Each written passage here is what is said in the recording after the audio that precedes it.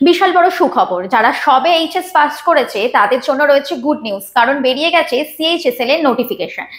কবে পরীক্ষা হবে, কতদিন অবধি ফর্ম ফিল আপ চলবে এবং পরীক্ষার ধরন কিরকম হবে, কত ভ্যাকেন্সি রয়েছে এবং রিক্রুটমেন্ট কবে কমপ্লিট হবে, সবকিছু তোমরা জানতে পারবে। কিন্তু তার জন্য দেখতে হবে আমাদের এই ভিডিওটা। তাহলে চলো শুরু করা যাক। দেখো কি বলছে, যে প্রথমেই বলছে যে এই যে সিএইচএসএল এর ফর্ম ফিল আপ শুরু হয়ে গেছে। কবে থেকে শুরু হয়েছে? 23শে জুন থেকে, এবং কতদিন অবধি চলবে? 18ই জুলাই অবধি। টায়ার ওয়ান এক্সামটি হবে হচ্ছে 8 সেপ্টেম্বর থেকে 18ই সেপ্টেম্বর অবধি। তাহলে আর কিন্তু বেশি দেরি নেই, সামনেই কিন্তু সিএইচএসএল এর টায়ার 1 এক্সাম। টায়ার 2 এক্সাম কবে হবে? টায়ার 2 এক্সাম হবে ফেব্রুয়ারি এবং মার্চে 2026। এখানে 2026 হবে। তাহলে টায়ার 2 এক্সাম হবে ফেব্রুয়ারি এবং মার্চের 2026-এ। দেখো, লোয়ার ডিভিশন ক্লার্ক বা জুনিয়র সেক্রেটারিয়েট অ্যাসিস্ট্যান্টের যে বেসিক পে হবে 19,900, এবং ডেটা এন্ট্রি অপারেটরের লেভেল 4 এর জন্য বেসিক পে হবে 25,500, এবং লেভেল 5 এর জন্য বেসিক পে হবে 29,200।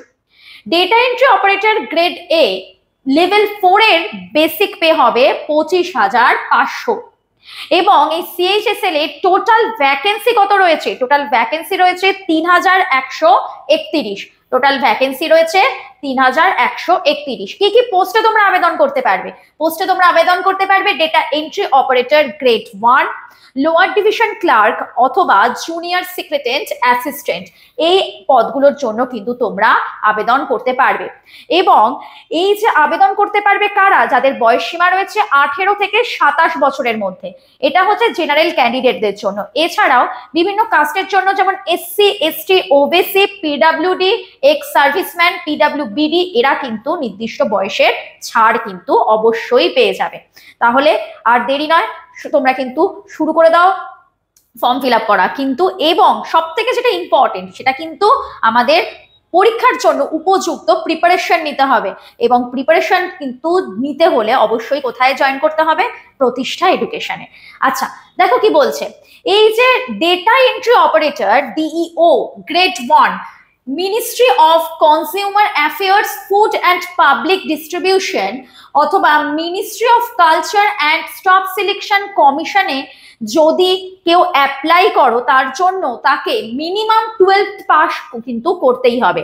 এবং 12th পাশে অবশ্যই তাকে কি করতে হবে? সায়েন্স স্ট্রিম কিন্তু নিতে হবে। এবং ম্যাথামেটিক্স তার মধ্যে কি হবে? একটা ইম্পর্টেন্ট সাবজেক্ট কিন্তু সেখানে থাকতেই হবে। আচ্ছা, এলডিসি, জেএসএ এবং DEO grade A, except DEO in department or ministry mentioned at para 8.1 above, এইগুলোর জন্য যদি অ্যাপ্লাই করো তাহলে তাদের কি হতে হবে?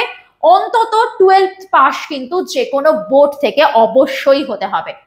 আচ্ছা, যারা এখনো 12th পাস করোনি তারাও কিন্তু এই পরীক্ষায় বসতে পারবে, কিন্তু তাদেরকে অবশ্যই 1/1/2026-এর মধ্যে তাদের কি হতে হবে? 12th পাস করে ফেলতে হবে। আচ্ছা, তাহলে তোমরা বুঝে গেছো যে কোন কি হলে যারা 12th পাস করেনি তারাও কিন্তু এই পরীক্ষায় বসতে পারবে। এই পরীক্ষার জন্য শুধুমাত্র কত টাকা লাগবে? 100 টাকা কিন্তু লাগছে।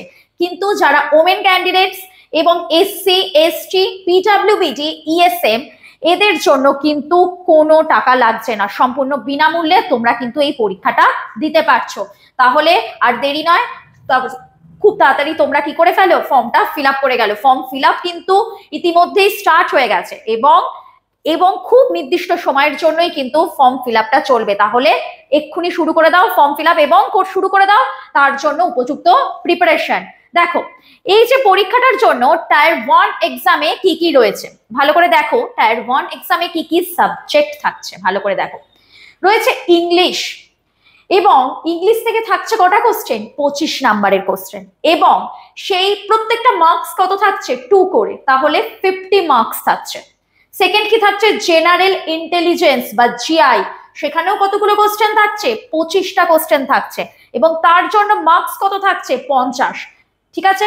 এবং কোয়ান্টিটেটিভ অ্যাপটিটিউড, সেখানে কি থাকবে, সেখানে বেসিক অ্যারিথমেটিক থাকবে, সেখানেও কত রয়েছে, সেখানেও 25টা কোশ্চেন রয়েছে এবং তার জন্য 50 নাম্বার রয়েছে, এবং জেনারেল অ্যাওয়ারনেস রয়েছে, সেখানেও 25টা কোশ্চেন রয়েছে এবং তার জন্য 50 নাম্বার রয়েছে। এই যে টোটাল কতগুলো কোশ্চেন থাকছে, টোটাল 100 নাম্বার কোশ্চেনের জন্য, 100টা টোটাল কোশ্চেনের জন্য কত সময় পেয়ে যাচ্ছি আমরা, পেয়ে যাচ্ছি 60 মিনিটস। কত পেয়ে যাচ্ছি, 60 মিনিটস। প্রত্যেকটা কোশ্চেনের, একটা কোশ্চেনের যদি ভুল অ্যান্সার আমরা দিই তার জন্য কত নেগেটিভ মার্কিং হবে, হাফ নাম্বার কিন্তু আমাদের নেগেটিভ হয়ে যাবে। টায়ার 1 এক্সাম যারা কোয়ালিফাই করে যাবে তাদের জন্য রয়েছে টায়ার 2 এক্সাম। টায়ার 2 এক্সামে কি রয়েছে দেখো, টায়ার 2 এক্সাম রয়েছে এই যে সেকশন 1, সেকশন 2 এবং কি রয়েছে সেকশন 3। সেকশন 1 এ কি রয়েছে দেখো, সেকশন 1 এ রয়েছে ম্যাথামেটিক এবং রিজনিং। এখানে ম্যাথামেটিক্স থেকে আসছে 30টা কোশ্চেন এবং রিজনিং থেকে আসছে 30টা কোশ্চেন। টোটাল কটা কোশ্চেন, টোটাল হচ্ছে 60 কোশ্চেন এবং প্রত্যেকটা কোশ্চেনের নাম্বার কত, 3 মার্কস করে, তাহলে টোটাল মার্কস রয়েছে 180। এই 180 মার্কস করার জন্য তোমরা কতক্ষণ সময় পাবে, 1 ঘন্টা। এই যে সেকশন 1, এই সেকশন 1 কমপ্লিট হওয়ার পর শুরু হবে কোনটা, সেকশন 2। এই সেকশন 2 এ কি রয়েছে, ইংলিশ ল্যাঙ্গুয়েজ অ্যান্ড কম্প্রিহেনশন। সেখানে কটা কোশ্চেন রয়েছে, 40টা কোশ্চেন রয়েছে। এবং জেনারেল অ্যাওয়ারনেস, সেখানে কটা কোশ্চেন রয়েছে, সেখানে রয়েছে 20টা কোশ্চেন। তাহলে টোটাল কতগুলো কোশ্চেন হলো, 60 কোশ্চেন। এই 60 কোশ্চেনের প্রত্যেকটা কোশ্চেনের নাম্বার কত থাকবে, 3 মার্কস করে। টোটাল 180 নাম্বারের কিন্তু সেকশন 2 এ পরীক্ষা হবে এবং এর জন্য তোমরা কত ঘন্টা পেয়ে যাবে, 1 ঘন্টা কিন্তু সময় পেয়ে যাবে। সেকশন 3 এ কি থাকছে, সেকশন 3 এ থাকছে কম্পিউটার নলেজ। সেখানে কম্পিউটারের ওপর, কম্পিউটারের নলেজের ওপর টেস্ট হবে। সেই কম্পিউটার নলেজের ওপর কতগুলো কোশ্চেন থাকবে, 15টা, এবং প্রত্যেকটা কোশ্চেনে কত করে মার্কস থাকবে, 3 নম্বর করে থাকবে। টোটাল থাকবে 45 নম্বর। এই 45 নম্বর জন্য টোটাল টাইম হচ্ছে 15 মিনিটস। এই পরীক্ষা কমপ্লিট হওয়ার পর তোমাদের কি থাকবে, প্রত্যেকটা যে তোমরা ডেটা এন্ট্রি অপারেটর রয়েছে, দেন রয়েছে বিভিন্ন যে পোস্টের জন্য আলাদা আলাদা করে কি হবে, স্কিল টেস্ট হবে।